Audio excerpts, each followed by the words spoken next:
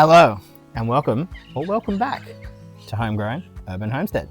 We're going to talk about an issue today that probably affects a lot of you watching. A huge issue. It's a big issue, a big problem that you may face in Australia, but then also maybe in South Africa or even North America. There are elements in all those places that you'll face this, but we're going to talk today about how it's a big problem here for homesteading in Australia, because it's obviously pertinent to us. You may have faced it.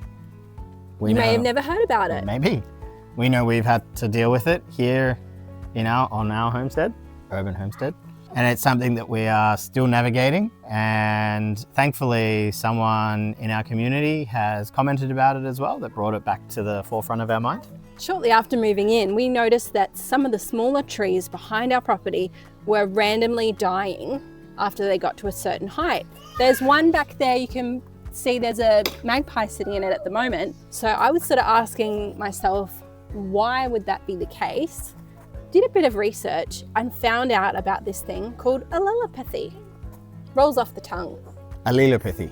Allelopathy. Allelopathy.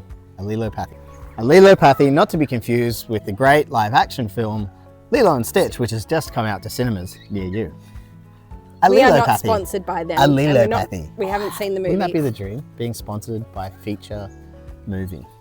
Wowzers. It's a smile. I don't think they want to be associated with this. So allelopathy.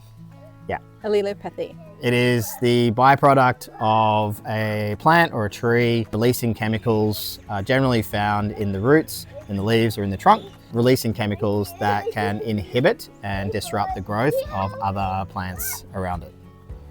Allelopathy. In addition to us looking into it due to some effects we've noticed on the property, we had a lovely comment just a few days ago actually from a very helpful member of our newfound community advising us of some of these effects that can be caused from these allelopathic trees or plants.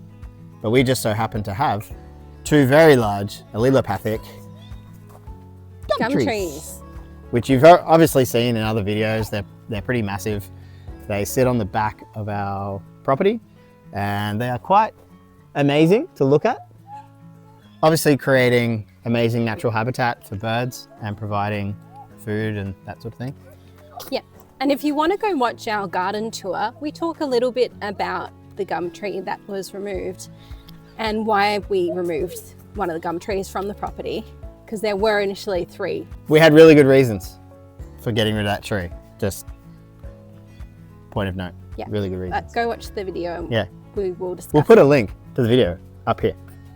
The other thing that happened was when we set up our chicken coop, we were a little bit worried about snakes being attracted to the chickens and also vermin that might come and be attracted to the chicken food, then bringing in the snakes. So snakes were really on our radar. Yeah, in a roundabout way of saying. We had been told that there were brown snakes in the area. Previous owners had seen them. There are brown snakes in the area. Neighbours had seen them, and so we were just overcautious. We looked up ways to deter snakes. One of those ways is to grow lavender. We thought we'd plant a bunch of lavender around the chicken coop. As a natural deterrent, didn't work. Didn't work. They all died. I think we have one left. 1 out of 5, 1 out of 6, I think is still coincidentally or not, it's the one that's growing the furthest away from the gum tree. Yeah. The other ones were right up amongst the gum tree, and I don't think they stood a chance against the allelopathy. Allelopathy. I don't think they stood a chance against the allelopathy. Or the allelopathy, really. We have done a bit of research and figured out what can you do to sort of mitigate against allelopathy. Allelopathic plants, allelopathic trees. There are some plants that are resistant to this process, but we're also interested in growing a wide array of food for our family to be more self-sufficient. Yep. So cleverly? Yep. Well, we didn't know about allelopathy at the time, but Andrew, in his wisdom, decided we should do raised garden beds for our produce. Thank you, past you. Thank you, past me. So when I did build the raised beds, I built them in a way that is in line with a German agricultural method but we can touch on that another day, and I'll put a link to that in the description below, along with a bunch of other links that we have used in the research of this subject, including some of the species in South Africa or America that might impact on what you're in the trying areas, to grow. if that's where you are. That seems to be where a lot of our viewership is, as well as in Australia. So we'll link some of the research we've done in the description below. But that's how this whole topic we can have a bit of a discussion in the comments if anyone's had experience with this, some of the steps you might have taken to mitigate against it, and any tips or tricks that you have. So raised beds with a decent base below was one of them. And mulch as well. With mulch. Wicking beds was another example of, they're just self-watering beds. So then you're not having what you're growing in the raised bed potentially competing for resources if the roots are right under the raised bed and drawing nutrients and water from that. If you build it right, you should be okay. There are obviously other aspects of eucalypt and gums that can be very positive. The shade that it can help protect your production garden or your orchard from direct sunlight if you're trying to manage that. So there are some positive aspects of having these large allelopathic trees in the area. Obviously, huge canopies can be very beneficial to local wildlife, creating habitat and food.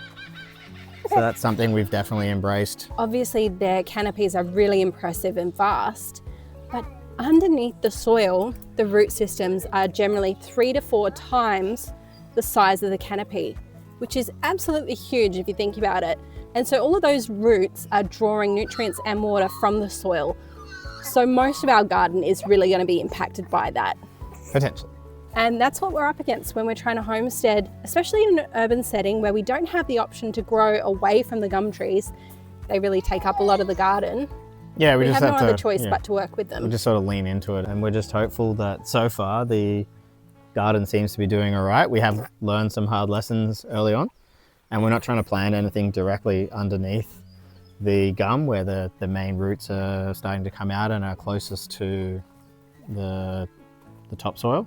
They do burrow quite deeply. So the further out from the tree, the easier it will be, but they do have quite extensive root systems.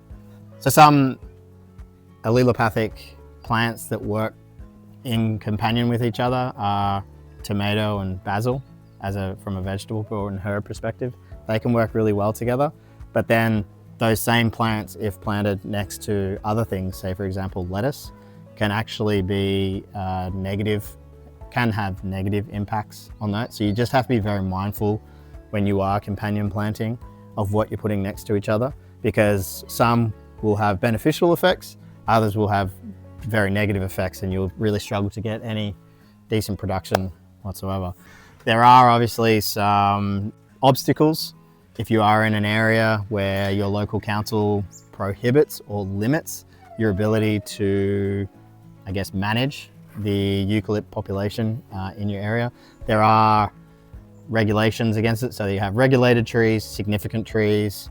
A lot of councils, especially in South Australia, but also more broadly Australia, will actually limit your ability to self-manage those, and you do have to put in an application for a tree damaging activity. That can be a process in on itself, and it does cost, and you do actually have to get approval much of the time from your local council before you start self-managing your eucalypt populations, or any native large trees, to be honest. So check with your local council before you start doing your own self-management. I guess the other thing to be mindful of here in Australia is that koalas eat eucalypt leaves exclusively. So they really rely on these big gum trees, and they also move from tree to tree, and it's a safety, aspect to be up high in the tree away from dogs in backyards and things like that. So we really do need to take care of these gum trees and work with them. We do have koalas in our area. We have had koalas up in our eucalypts, but also our lily-pilly, and also another gum that's out the front. So we know we have an active koala population here, and so we are doing everything we can to nurture and make sure that they know that they can come here and be safe. We love our gum tree. We love our gum tree. So you guys, we're just going to spend a bit of time with our gum tree. Allelopathic or not, we don't judge. No, I'm not listening. Give me a kiss. Anyway, thanks for watching, everyone. watching. We'll put all the information in the description below. We appreciate all the support, all the engagement, all the comments. Keep watching. You can subscribe below or watch some of our other videos down that way. We appreciate everything, so thank you very much. Thank you. Look at this beautiful thing.